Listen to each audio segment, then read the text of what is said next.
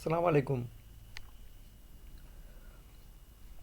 আমি খুব ভাগ্যবান এই জন্যই যে এই ৬২ বৎসর বয়সের পরেও সময় কাটানোর জন্য কিছু একটা হাতে পেয়েছি। যেমন শিশুদের হাতের কাছে কিছু না থাকলেও মা বাবা একটা কাঠের লোলা হাতে ধরিয়ে দিত। কাঠের লোলা বলতে গেলে এখন বর্তমান সমাজের ছেলেমেয়েরা চিনবে না, বুঝবে না। একটু পরিচিত দেই।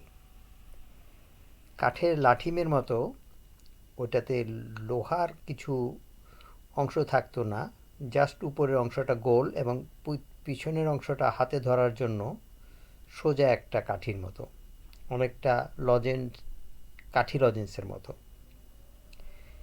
ওটা নিয়ে ছেলেরা বা মেয়েরা খেলাধুলা করতো, কামড়াকামড়ি করতো।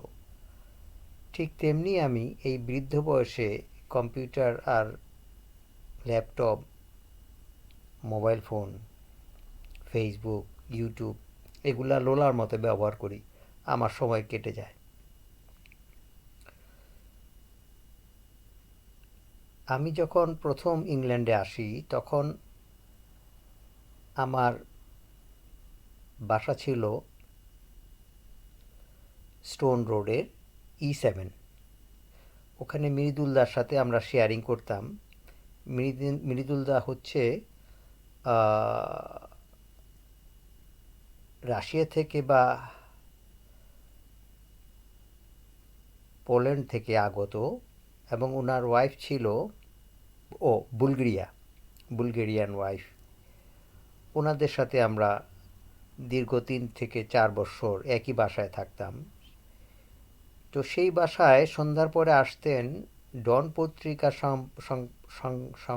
সম্পাদক রাজ্জাক সাহেব, রাজ্জাক ভাই। তো রাজ্জাক ভাই এই বৃদ্ধ বয়সে ইয়াং ছেলেদের সাথে এসে আড্ডাবাজি গল্পগুজব করতো। সন্ধ্যার পরে থেকে রাত্র খাওয়া দাওয়ার পর্যন্ত আমরা আড্ডা মারতাম।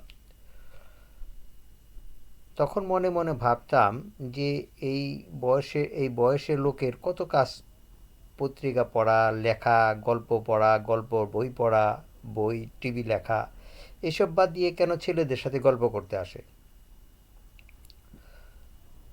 এখন আমি সেই বয়সে আসার পরে বুঝতে পারি যে মানুষ সঙ্গ চায়, কথা বলার লোক চায়,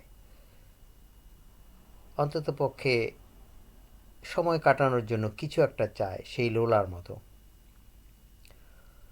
তো রাজ্জাক ভাই শুধু আসতেন না, এবং বিভিন্ন সময়ে বিভিন্নভাবে পলিটিক্যাল ব্যাপার গল্পগুজব করতেন।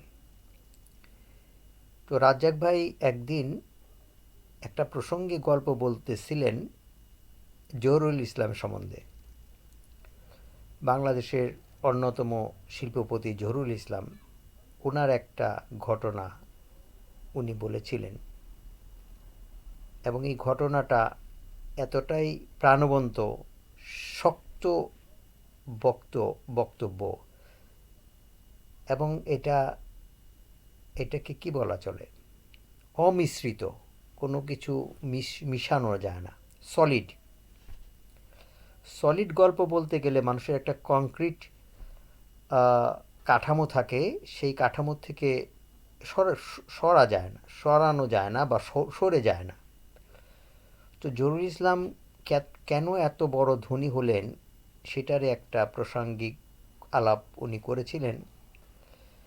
উনি ছিলেন জহুরুল ইসলাম সাহেবের অ্যাডভাইজার ঠিক না, ইংল্যান্ডে বা ইংল্যান্ড আমেরিকাতে যে সমস্ত ব্যবসা বাণিজ্য করতেন ওগুলি রাজ্জাক ভাই দেখাশোনা করতেন, এবং উনি রাজ্জাক ভাই ইংলিশ পত্রিকা সম্পাদক থাকা অবস্থা থেকেই ওনার সাথে ওনার পরিচয়। পরে পত্রিকা থেকে রিটায়ার করার পরে উনি জহুরুল ইসলামের কোম্পানিতে যোগাযোগ করেন এবং জহুরুল ইসলামের খুব সান্নিধ্য ছিলেন। তো জহুরুল ইসলামের একটা গল্প আমার মনে এতভাবে এটা প্রাণবন্ত লিখেছিল, প্রাণবন্ত লাগলো,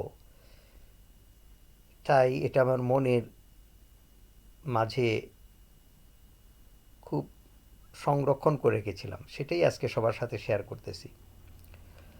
জহুরুল ইসলাম যখন অবিবাহিত যুবক বয়স, তখন কলকাতার এক ইংলিশ কোম্পানিতে সে চাকরি করত ফোরম্যান হিসাবে। তো জহুরুল ইসলাম দীর্ঘদিন সেই ফোরম্যান চাকরি করার অবস্থায় তার অবস্থা ভালো, টাকা পয়সাও বেশ ভালো, বেতন পায়। তো সহসা একদিন তিনি ইংলিশ মালিককে বললেন যে আমি আর তোমার এখানে চাকরি করব না। তো ও ফাউন্ডারি, ওই বিরাট ইঞ্জিনিয়ারিং কোম্পানি, সেই মালিক বলতেছিল যে অবাক যে তুমি এত ভালো দক্ষ লোক, তুমি আমার কারখানা সবচেয়ে বড় ভালো ফোরম্যান, তুমি চাকরি ছেড়ে দিবে, তাহলে আমি কীভাবে চলবো?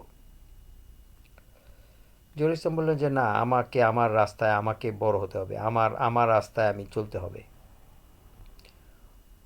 তো ইংলিশ ভদ্রলোক ওনাকে বলে তুমি কি করবা? বলে আমি সাপ্লাইয়ের ব্যবসা করব, বিজনেস করব। তো বলে তুমি বিজনেস স্টাডি জানো না, তোমার টাকা পয়সা নাই, তোমার কোনো এক্সপিরিয়েন্স নাই, তুমি এত বড় একটা দায়িত্বের কাজ তুমি কিভাবে জানো? জানো ব্যবসা চালাইতে কত বুদ্ধি লাগে, কত লোক লাগে, কত টাকা পয়সা লাগে? জহুরুল ইসলাম বলে যে জানি, তবুও আমি করব, এটা দেখব, ফেস করব, প্রবলেম ফেস করব। তো ইংলিশ ভদ্রলোক বলল ঠিক আছে, তুমি এক কাজ করো, প্রথম ব্যবসাটা আমার সাথেই করো।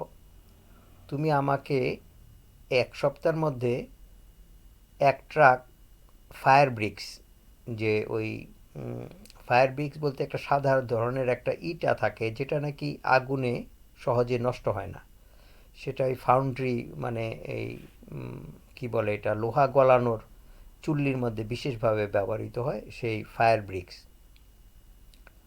তো জহুরুল ইসলাম বলল ঠিক আছে। সে ফায়ার ব্রিক্স সংগ্রহের জন্য বের হয়ে গেল এবং চাকরি ছেড়ে দিল। তো সপ্তাহখানিক পরে ফোরম্যান ইংলিশ ভদ্রলোক মর্নিং ওয়াক করতে করতে ওই ফাউন্ড্রির কাছে আসে, দেখে জহুরুল ইসলাম একটা ইটের স্তূপের মধ্যে ঘুমিয়ে আছে। তো বললো হ্যালো ইসলাম, গুড মর্নিং, তুমি এখানে কী করতেছো? বলে স্যার, কালকে রাত্রে মাল আনতে এখানে দেরি হয়ে গেল, ট্রাক থেকে আনলোড করে দেখি কোম্পানি বন্ধ হয়ে গেছে।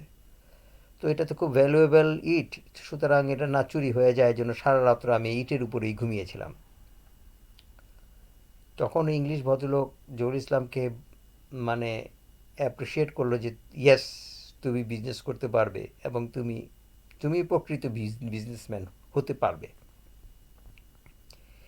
সেই থেকে জহুরুল ইসলামের প্রচেষ্টা, আজকে সবাই জহুরুল ইসলামকে চিনেন, কিন্তু জহুরুল ইসলামের সেই প্রথম জীবনের গল্প আমি রাজ্জাক ভাইয়ের কাছে শোনার পরে আপনাদের সাথে শেয়ার করতেছিলাম। ধন্যবাদ।